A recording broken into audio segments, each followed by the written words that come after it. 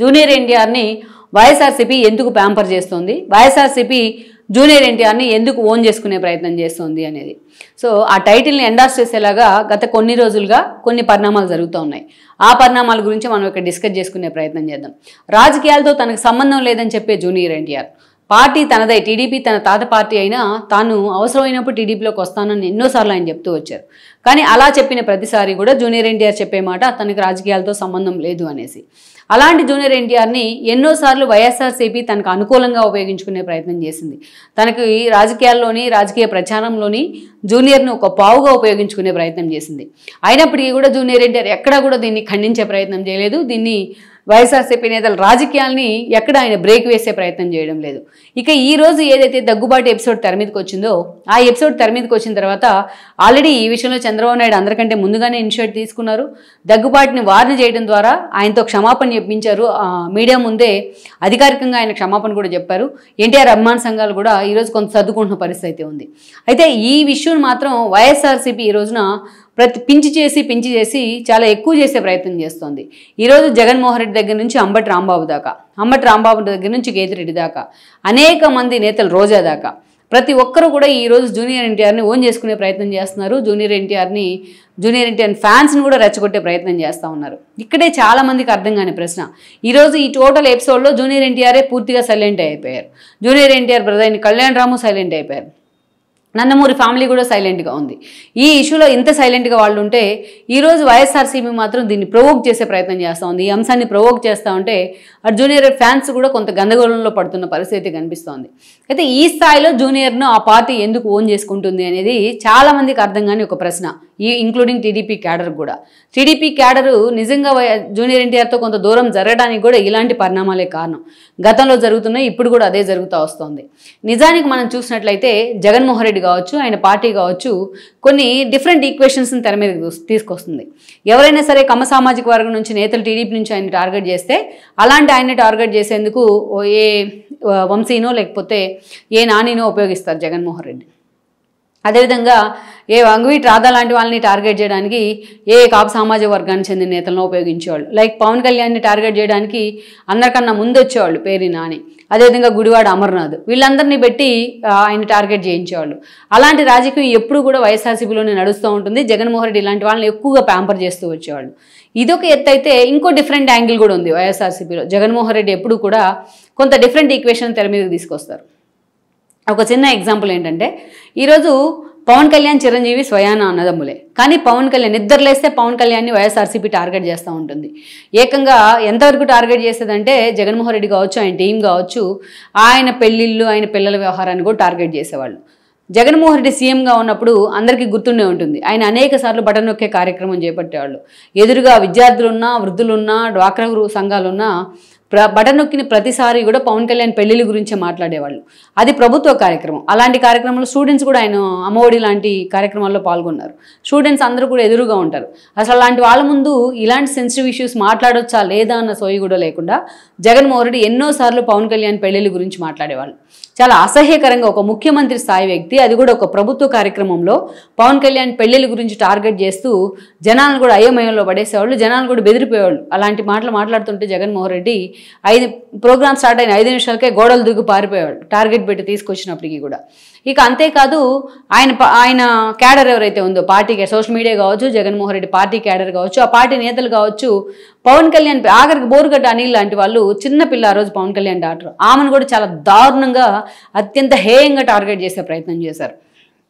పవన్ కళ్యాణ్ భార్యను టార్గెట్ చేసే ప్రయత్నం చేసేవాళ్ళు, పవన్ కళ్యాణ్ పిల్లల్ని టార్గెట్ చేశారు, పవన్ కళ్యాణ్ పెళ్ళిళ్ళని టార్గెట్ చేశారు, పవన్ కళ్యాణ్ సినిమాలను కూడా టార్గెట్ చేసే ప్రయత్నం చేసేవాళ్ళు.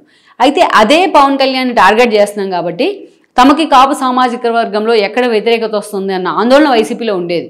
అందుకనే దాన్ని మసిపూసి మారేడుగా చేయడానికి చిరంజీవిని ఆకాశానికి ఎత్తేసేవాళ్ళు. ఏ స్థాయిలో ఎత్తేసేవాళ్ళు అంటే, పేరు నాని ప్రెస్ మీట్ పెడితే ఒక 10 నిమిషాల ప్రెస్ మీట్లో పవన్ కళ్యాణ్ టార్గెట్ చేస్తారు, మరొక 5 నిమిషాలు చిరంజీవిని ఆకాశానికి ఎత్తేస్తారు. చిరంజీవిని లాంటి ఒక వ్యక్తికి అసలు నువ్వు తమ్ముడుగా ఎలా పుట్టావు అంటూ కూడా పేర్ని నాని లాంటి వాళ్ళు మాట్లాడిన సందర్భం ఉంది. ఏకంగా చిరంజీవిని పిలిపించుకున్నాడు జగన్మోహన్ రెడ్డి, చిరంజీవికి రాజ్యసభ ఆఫర్ చేశారు, చిరంజీవికి ఓకే అంటే మంత్రి పదవి అయినా ఆఫర్ చేసేవాళ్ళు ఎమ్మెల్సీ ఇచ్చి. అలా ఒకవైపు పవన్ కళ్యాణ్ తిడతారు, కాపు సామాజిక వర్గంలో ఎక్కడా వ్యతిరేకత రాకుండా ఉండాలనే ఆలోచనతో చిరంజీవిని ప్యాంపర్ చేస్తారు. ఒకవేళ ఇన్ కేస్ చిరంజీవి తమ మాటలు నమ్మి ఆ పార్టీలోకి వచ్చి ఆ పదవులు తీసుకుంటే ఆయన్ని కాపు సామాజిక వర్గానికి మేము ఈ పదవులు ఇచ్చామని చెప్పుకునేవాళ్ళు, కాపు సామాజిక వర్గానికి అత్యున్నత స్థానం ఇచ్చామని చెప్పుకునేవాళ్ళు. చిరంజీవి లాంటి ఒక సాలిడ్ పర్సనాలిటీ కూడా పవన్ కళ్యాణ్ వ్యతిరేకించి తమ వైపు వచ్చేవాళ్ళని బాకాలు ఊదుకునేవాళ్ళు. బట్ చిరంజీవి లాంటి వాళ్ళు ఆ ట్రాప్లో పడలేదు, అది వేరే విషయం.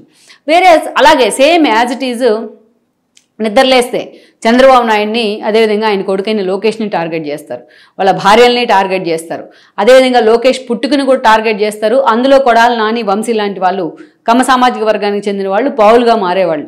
జగన్మోహన్ రెడ్డి స్కిన్ సేవ్ చేయడానికి వీళ్ళు చాలా దూరం వెళ్ళేవాళ్ళు. ఒక అసహ్యకరమైన భాషని కొడాలి నాని 4 సార్లు ఎమ్మెల్యే, గుడివాడ లాంటి ఒక కాన్స్టిట్యున్సీని తన బేస్గా మార్చుకోవడంలో ఆయన సక్సెస్ అయ్యారు. అంత సాలిడ్ బేస్ ఉంది ఆయనకు. అలాంటి కాన్స్టిట్యున్సీ నుంచి 4 సార్లు ఎమ్మెల్యే, 4సారి గెలవడంతోనే వైఎస్ఆర్సీపీ అధికారంలో రావడంతోనే ఆయన సివిల్ సప్లై శాఖ లాంటి అతి కీలకమైన శాఖ ఆయనకు వచ్చింది. కానీ తన శాఖ కంటే తను మాట్లాడే బూతుల మీదే ఆయనకు ప్రేమ ఎక్కువ ఉండేది. అలా ఒక బూతులు మంత్రి అని పేరు తెచ్చుకున్నారు. అది కూడా చంద్రబాబు నాయుడిని, ఆయన ఫ్యామిలీని, లోకేష్ని టార్గెట్ చేయడంలో. వేరాజ్ ఆయన శిష్యుడైన వంశీ తన గురువు కంటే 2 ఆకులు ఎక్కువే చదివానన్నట్టుగా జగన్మోహన్ రెడ్డి స్కిన్ సేవ్ చేయడానికి ఆయన ప్రయత్నం చేసేవాళ్ళు. అనేక సార్లు వంశీ మాట్లాడిన మాటలు ఆయన వెంట టీడీపీ నుంచి వైసీపీలోకి వచ్చిన వాళ్ళకు కూడా ఒక అసహ్యాన్ని కలిగించాయి. ఎంత దూరం వెళ్ళిందంటే ఇది ఏదైతే భువనేశ్వర్ క్యారెక్టర్ అసాసినేషన్ చేసేలాగా, లోకేష్ పుట్టుకుని అవమానించేలాగా కూడా వెళ్ళేది. అలా అటు వాళ్ళని టార్గెట్ చేస్తున్నాం కాబట్టి, టీడీపీ అధినేతను కానీ ఆయన ఫ్యామిలీని కానీ వాళ్ళ ఇంట్లో లేడీస్ని టార్గెట్ చేస్తున్నాం కాబట్టి ఆ వ్యతిరేకత ఆ పర్టికులర్ సామాజిక వర్గంలో, కమ్మ సామాజిక వర్గంలో తమ మీద వ్యతిరేకత ఉండకుండా ఉండాలి అంటే ఎవరో ఒకరిని ప్యాంపర్ చేయాలి. ఎవరంటే అది జూనియర్ ఎన్టీఆర్నే ప్యాంపర్ చేయాలి. సో కొడాలి నాని కానీ వంశీ కానీ మనం ఒకసారి ఈ లైవ్ చూస్తున్న వాళ్ళు ఎవరైనా క్రాస్ చెక్ చేసుకోవచ్చు. లోకేష్ని టార్గెట్ చేసే ప్రతిసారి, చంద్రబాబు నాయుడు టార్గెట్ చేసే ప్రతిసారి ఆ వీడియోలో వాళ్ళు టార్గెట్ చేసే క్రమంలో అటు జూనియర్ ఎన్టీఆర్ పేరు తప్పకుండా తెర మీదకి తీసుకొచ్చేవాళ్ళు. మనం ఎలక్షన్ ముందు చూసుకుంటే చంద్రబాబు నాయుడు గెలిస్తే లోకేష్ని ప్రమోట్ చేయడానికి జూనియర్ ఎన్టీఆర్ని తొక్కేస్తారు, దయచేసి మీరు చంద్రబాబు నాయుడిని గెలిపించొద్దు అని వాళ్ళు ఎన్నికల క్యాంపెయిన్ చేశారు. ఎన్టీఆర్ అభిమాన సంఘాలను కూడా తమ వైపు తిప్పుకున్నారు. సో అనేక సార్లు ఎన్టీఆర్ని ఓన్ చేసుకునేందుకు వాళ్ళు ట్రై చేసేవాళ్ళు. గతంలో జరిగిన పరిణామాలను కూడా వాళ్ళు చెప్పుకుంటూ వచ్చేవాళ్ళు. ఓకే, వాళ్ళకి ఎన్టీఆర్ కారణంగానే బీఫామ్స్ వచ్చి ఉండొచ్చు, ఎన్టీఆర్ కారణంగానే టీడీపీలో టికెట్ వచ్చి ఉండొచ్చు గతంలో. కానీ ఆ బీఫామ్ ఇచ్చింది చంద్రబాబు నాయుడే. అది తల్లిపాలు తాగి రొమ్ము గుద్దే విధంగా వాళ్ళిద్దరు బిహేవ్ చేసే, వాళ్ళిద్దరే కాదు చాలామంది బిహేవ్ చేసేవాళ్ళు అలాగా. సో అలా ఇక్కడ ట్విస్ట్ ఏంటంటే చంద్రబాబు నాయుడు ఫ్యామిలీని తిడుతున్నాం కాబట్టి ఆ వ్యతిరేకత తమ మీద రాకుండా అటు జూనియర్ని ఓన్ చేసుకునే ప్రయత్నం జరిగేది. సో జూనియర్ అభిమానులంతా కూడా చాలామంది టీడీపీ అభిమానులే ఉన్నారు. ఎందుకంటే ఈరోజు జూనియర్ ఎన్టీఆర్ డ్యాన్స్లో చూపించే ఈజ్ కానీ, అదేవిధంగా ఆయన ఫైట్లో చూపించే ఒక గ్రేజ్ కానీ, చాలా తక్కువ టైంలో తన తాత బాబాయిల ఇమేజ్ తండ్రుల ఇమేజ్ తన మీద పడకుండా ఒక ఇండివిజువల్ ఇమేజ్ క్రియేట్ చేసుకున్నారు ఆయన. తన డైలాగ్ డిక్షన్లో కానీ, స్పష్టమైన తెలుగు ఉచ్చారణ కానీ, అదేవిధంగా ఆయన ఆహార్యంలో కానీ. సో ఇవన్నీ కూడా జూనియర్ ఎన్టీఆర్కి చాలా ఒక ఎస్సెట్స్. సౌత్ ఇండియాలోనే అద్భుతంగా హావభావాలను పలికించగలడనే నటుడిగా కూడా ఆయనకి పేరు వచ్చింది. లవకుశ లాంటి మూవీస్తో కావచ్చు, RRR లాంటి మూవీస్తో కావచ్చు. అలాంటి జూనియర్ ఎన్టీఆర్ని టీడీపీ శ్రేణులు ఓన్ చేసుకున్నాయి. ఎందుకంటే బికాజ్ ఆఫ్ ఎన్టీఆర్ లాంటి పేరు ఆయనకు ఉండడం వల్ల, ఎన్టీఆర్కి మనవడవడం వల్ల.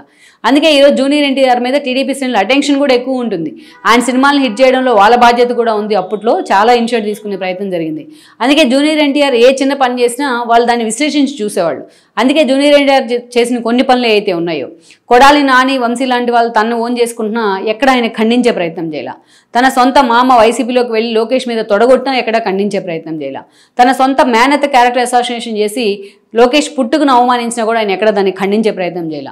తన తాత ఎన్టీఆర్ పేరు తీసేస్తూ వైఎస్ఆర్ పేరు హెల్త్ యూనివర్సిటీకి పెడితే ఎక్కడ కూడా దాన్ని ఖండించే ప్రయత్నం చేయలేదు. తన తాత శత జయించే ఉత్సవాలకు ఏదైతే టీడీపీ నుంచి ఆహ్వానం అంతే దానికి ఆయన డొమ్మా కొట్టారు. అంతేకాదు అనేక రకాలుగా ఇవన్నీ కొన్ని చిన్న చిన్న ఎగ్జాంపుల్సే. జూనియర్ ఎన్టీఆర్ మీద ఉన్న సాఫ్ట్ కార్నర్ ఆయన మీద వ్యతిరేకతగా మారడానికి, ఆయన మీద నెగిటివిటీ పోగేసుకోవడానికి ఇవన్నీ ఇలాంటి చిన్న చిన్న సిల్లీ రీజన్సే కారణం. మాటకు ముందు జూనియర్ ఎన్టీఆర్ ప్రెస్ మీట్ పెడితే చెప్పే మాట ఏంటంటే టీడీపీ తనదే అని. అవును, టీడీపీ తనదే, తనకు ఆ రైట్ కూడా ఉంది, తన తాత పార్టీ కాబట్టి. అవసరమైనప్పుడు టీడీపీకి అండగా ఉంటానంటూ కూడా ఆయన చెప్పేవాళ్ళు. దాన్ని ఎవరైనా వెల్కమ్ చేయాల్సిందే. కానీ తన రాజకీయాలతో సంబంధం లేదని ఒక మాట్లాడేవాళ్ళు. రాజకీయాలతో సంబంధం లేదు, నన్ను రాజకీయాలకు లాగొద్దు అన్నప్పుడు అటు కొడాలి నాని కానీ, అదేవిధంగా ఇటు వంశీ లాంటి వాళ్ళు లాగుతున్నప్పుడు జూనియర్ ఎన్టీఆర్ ఎందుకు కామ్గా ఉన్నారు అనేదే అటు టీడీపీ శ్రేణులు కోపం రావడానికి కారణం.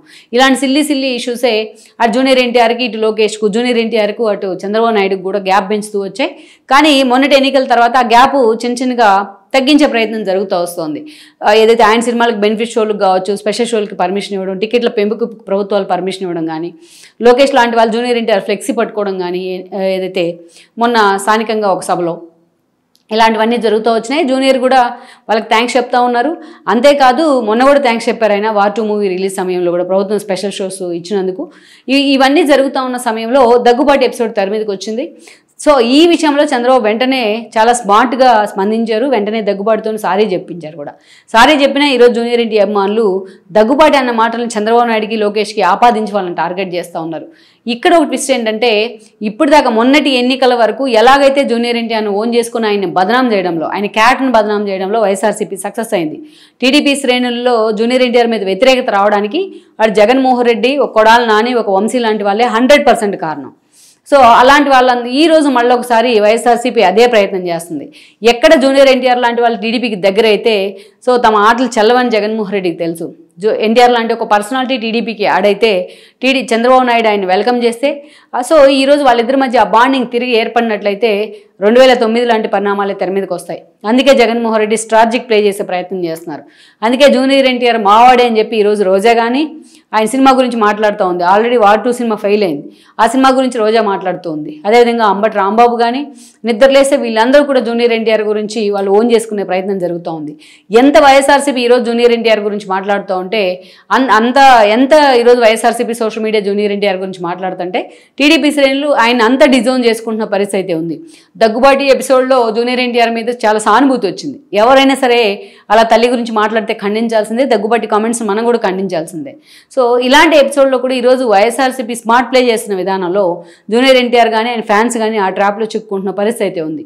సో ఓవరాల్గా ఈ రోజున వైఎస్ఆర్సీపీ జూనియర్ ఎన్టీఆర్ కేంద్రంగా చేస్తున్న రాజకీయం ఆయన భవిష్యత్తు కూడా ఇబ్బంది తేబోతుందన్నది వాస్తవం. మరి ఈ పరిణామాల మీద జూనియర్ ఎన్టీఆర్ ఎలా స్పందించబోతున్నారు అన్నది మనం చూడాల్సి ఉంది. ఈ వీడియో మీకు నచ్చినట్లయితే please share, like and subscribe R24 Telugu.